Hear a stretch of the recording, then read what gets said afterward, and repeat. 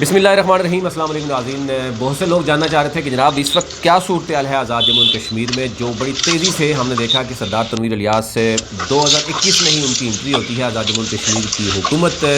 یعنی بننے سے آپ سمجھیں 5-6 ماہ پہلے، اور اس کے بعد وہ پرائم منسٹر کے کینڈیڈیٹ بنتے ہیں، وہ کامیاب نہیں ہوتے، لیکن اس کے بعد پارٹی صدر وہ بن جاتے ہیں اور فوراً بنتے ہیں۔ اب یہ کہا جا رہا ہے کہ کچھ وزارتیں ہیں، کچھ وزراء ان کے گروپ میں ہیں، کچھ کونسل میں بھی ان کے ممبرز ہیں، کچھ آنے والے کونسل میں بھی کہا جا رہا ہے کہ ان کے ساتھ کوئی ڈیل موجود ہے، اور کچھ پروجیکٹ ایسے ہیں، کچھ ایسی چیزیں ہیں جو بتائی جا رہی ہیں۔ لیکن دوسری طرف سردار عبدالقیوم نیازی صاحب ہیں، اب یہ کہا جا رہا ہے کہ وہ بھی اپنی جو گروپنگ ہے وہ تیزی سے مضبوط کرتے ہوئے نظر آ رہے ہیں، وہ بھی 5-6 وزراء کو ساتھ لیے چلتے ہیں، اور پھر صدر برس سلطان کی بات کریں تو وہ بھی اپنا ایک گروپ رکھتے ہیں۔ پھر برادری ازم کی سیاست ہے وہ آپ کے سامنے ہے، اس پہ ہم بات کریں گے۔ جو عامر محبوب صاحب ہیں ہمارے ساتھ، سینئر صحافی تجزیہ کار۔ عامر صاحب، گروپ بندی کے حوالے سے کیا معاملہ ہے؟ یہ ڈراپ سین کیا ہوا ہے کہ جو پہلے ہم دیکھ رہے ہیں کہ برس سلطان سردار تنویر الیاس اور جو وزیر اعظم ہیں ان کی الگ الگ ملاقاتیں بھی رہیں، اور کچھ ممبرز کو باقاعدہ طور پر جو ہے آپ کو دیکھا کئی کابینہ کے اجلاس بھی نہیں ہوتے تھے، اب وہ کیا کوئی ڈیل ہو چکی ہے؟ کچھ اس میں چیزیں سامنے آئی ہیں۔ کہا جا رہا ہے کہ برس سلطان کے ملک سے باہر ہونے کے بعد کچھ فیصلے ہوئے ہیں جس میں فائدہ ڈائریکٹلی جو ہے وہ برس سلطان کے اگینسٹ ہوئے ہیں، اور سردار تنویر الیاس گروپ اس میں فائدہ اٹھایا ہے۔ دیکھیے، ابھی تک جو صورتحال ہے اس میں بظاہر تو ایسا کوئی نہیں لگتا کہ کسی جگہ پہ گروپ بندی کا خاتمہ ہوا ہے۔ میرے خیال میں وہ لوگ جو تنویر الیاس صاحب جو پارٹی پریزیڈنٹ ہیں، ان کی سربراہی میں ایک گروپ جو ہے وہ فعال کردار ادا کر رہا تھا اور اپنی حکومت اور اپنی پارٹی کے خلاف سازش میں مصروف ہو گیا تھا، تو وہ تاثر ختم کرنے کے لیے، کیونکہ جب کسی پارٹی کا پریزیڈنٹ جو ہے وہ کسی گروپ کو لیڈ کر رہا ہو اور کابینہ جو ہے وہ اپنی حکومت کو ناکام کر رہا ہو، تو اس تاثر کو ظاہر کرنے کے لیے جب متعلقہ اداروں نے عمران خان صاحب کو ایک رپورٹ دی جس پہ سخت نوٹس لیا گیا، اور یہ خیال کیا جانے لگا کہ شاید انہیں پارٹی کے عہدے سے اور ان سے وزارتوں سے بھی ان کے ساتھیوں کو ہٹا دیا جائے، تو اس رد عمل میں انہیں جو ہے وہ ٹرن ڈاؤن کرنا پڑا۔ تو میرا یہ خیال ہے کہ ایک تو ان کا ایشو تھا، لیکن اس کے باوجود عمران خان صاحب کی ہدایت کے باوجود، یا جو ان کا اس وقت ایک جرگہ ہوا تھا جس میں وزیر اعظم آزاد کشمیر کے خاندان کے کچھ لوگ، جو وزیر اعظم کے بڑے بھائی ہیں سردار غلام مصطفیٰ صاحب، ان کے جو بھتیجے تھے کرنل شہراز، اور کچھ اور لوگ جو ہیں وہ وزیر اعظم کے ساتھ پہلے انوار الحق صاحب قائم مقام صدر تھے، سلطان کی غیر موجودگی میں ایوان صدر گئے، اور اس کے بعد یہ سارے لوگ اٹھ کے ایوان وزیر اعظم آئے، تو یہ خیال کیا جا رہا تھا کہ یہ معاملہ جو ہے وہ ختم ہو جائے گا، جس کے پیچھے بعض جو ہیں وہ مختار حلقے بھی تھے اور عمران خان صاحب کی سخت ہدایات بھی تھیں، لیکن انہیں جو ہے وہ اسے جو سم اپ کیا گیا تھا وہ وزیر اعظم کے خاندان کے لوگوں نے بیٹھ کے کیا تھا تنویر الیاس صاحب کے ساتھ کہ آپ اس معاملے کو حل کریں تو ہم آپ کے ساتھ ہر طرح جو ہے وہ تعاون کریں گے، جس کے اوپر بعد میں کیونکہ انہیں کی غیر موجودگی میں میرپور میں جو بیس سلطان کا حلقہ جو ہے آبائی حلقہ، اس میں میرپور ڈیولپمنٹ اتھارٹی کے جو چیئرمین ہیں وہ لگا دیے گئے، جو ان کے مخالف فریق کے سگے بانجے تھے جو ان کے انتخابات میں حصہ لیتے۔ اسی طرح جو بیس سلطان کے بلیو آئیڈ ایک ایس ایس پی میرپور تھے راجہ عرفان سلیم، انہیں بھی عہدے سے ہٹا کے ان کی جگہ کامران علی صاحب کو ایس ایس پی میرپور لگا دیا گیا۔ تو یہ خیال کیا جا رہا تھا کہ بیس سلطان نے ان چیزوں کے اوپر سخت رد عمل کا اظہار کیا، تو بعد میں بیس سلطان نے وزیر اعظم سے ملنے سے انکار کر دیا، اور پھر وزیر اعظم کے جو عزیز و اقارب ہیں انہوں نے رول دیا اپنا، اور بعد میں آفیشلی بھی ریکویسٹ کے اوپر انہوں نے بیس سلطان نے ملاقات کی، اور وزیر اعظم نے انہیں کہا کہ میں آئندہ جو ہے ایسے نہیں کروں گا، جو ہو گیا ہے اسے آپ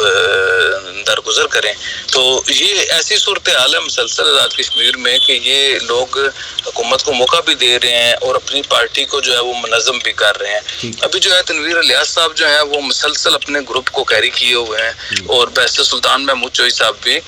اپنے گروپ کو کیری کیے ہوئے ہیں، اور وہ مسلسل جو ہے وہ تمام جو جلسے ہیں اس میں بہت سارے لوگوں کو لے کے جاتے ہیں۔ اگر آپ دیکھیں تو سردار تنویر الیاس کے پاس کتنے ممبرز ہیں جو ان کے ساتھ ابھی بھی چل رہے ہیں؟ تنویر الیاس صاحب کے پاس بھی مطلوبہ جو اکثریت ہے وہ حکومت ٹاپل کرنے کے لیے ان کے پاس بھی مطلوبہ اکثریت موجود ہے. حکومت دیکھیے، حکومت کرانے کے لیے، آزاد کشمیر حکومت کرانے کے لیے صرف 6 لوگوں کی ضرورت ہے اور تنویر الیاس صاحب کے پاس 6 سے زیادہ لوگ موجود ہیں. اسی طرح بیضو سلطان محمود جو ہیں ان کے پاس 1 درجن سے زیادہ اراکین جو ہیں ووٹ ڈالے ہیں. 6 اراکین تو ان کے بالکل گھر کے ہیں، جنہیں آپ یہ کہہ سکتے ہیں کہ وہ کوئی بھی سیاسی فیصلہ وہ بیضو سلطان محمود کی خواہش کے اوپر کر سکتے ہیں. تو میں سمجھتا ہوں کہ جو سردار عبدالقیوم نیازی صاحب ہیں ان کی بہت بڑی یہ بدقسمتی ہے کہ ان کی پارٹی کا جو صدر ہے جس کی ذمہ داری ہے کہ وہ جا کے اپنی حکومت کو مضبوط کرے اور چلائے،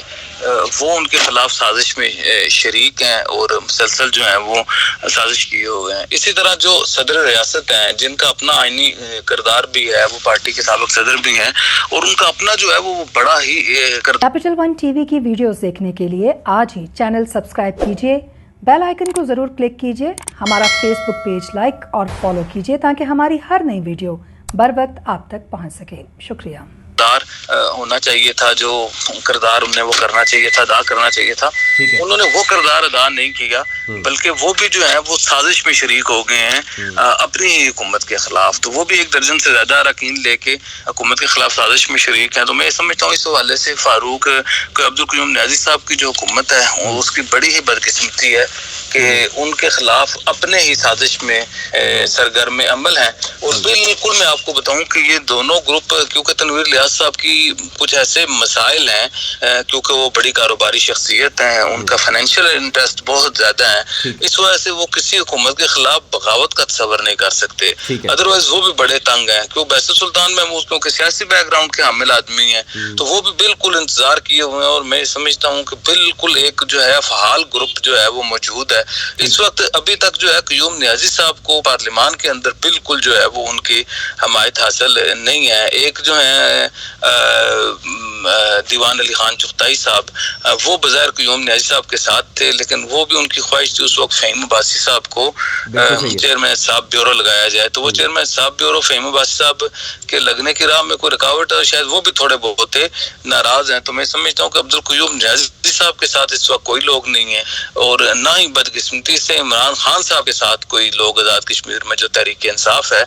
اس کے کچھ لوگ ہیں. ایسے لوگ بھی نہیں ہیں وہاں پہ جو ہے نا، یا لوگ بیضو سلطان محمود چودھری کے ساتھ ہیں اور کچھ لوگ جو ہیں تنویر الیاس صاحب کے ساتھ ہیں. عمران خان کے نظریے کے ساتھ بھی لوگ نہیں ہیں. کچھ لوگ ایسے ہیں جو درمیان میں کھیل رہے ہیں کہ جی جس طرف پلڑا بھاری ہوگا اس طرف چلے جائیں گے. تو آزاد کشمیر کی جو تحریک انصاف ہے، حکمران جماعت جو ہے وہ شدید جو ہے اس کا شکار ہے، تقسیم کا اور شدید اختلافات کا شکار ہے. اور آئندہ چند دنوں میں آپ دیکھیں گے کہ مقصد بیضو سلطان محمود چودھری یہ کیٹیگوریکلی کہہ چکے ہیں کہ یہ آخری چانس ہے. اس کے بعد اگر ان کے ساتھ کوئی زیادتی کی گئی تو وہ شاید اس طرح کا خوفناک رد عمل دیں گے جس کا کوئی ایکسپیکٹ نہیں کر رہا ہوگا. تو وہ جو ہے انہوں نے پوری طرح منظم کیا ہوا ہے اپنے لوگوں کو اور بتایا ہوا ہے. اچھا، یہ تو کہا گیا کہ بیضو سلطان جب واپس آئے،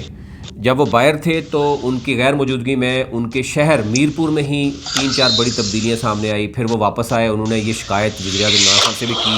اب یہ کہا جا رہا ہے کہ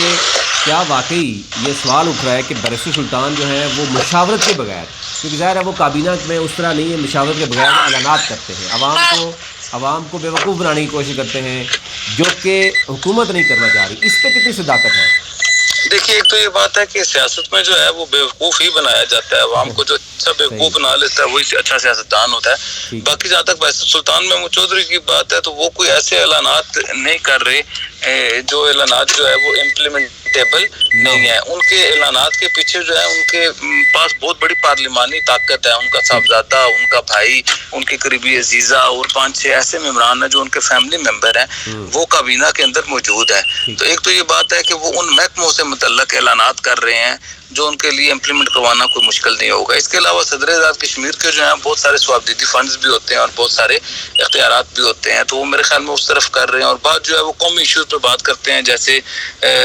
جو ہیلتھ کارڈ اسکیم ہے وہ سب کو دے دیے جائیں. وہ ایسی چیزیں کر رہے ہیں جو وفاق سے متعلقہ ہیں اور جو ہونی ہی ہونی ہے. تو میرا یہ خیال ہے کہ بیضو سلطان محمود چودھری جو ہے وہ بہت زیادہ رانگ پلے نہیں کر رہے یا بہت زیادہ ہوائی اعلانات کی طرف نہیں ہے، کیونکہ وہ سیاسی کارکن ہے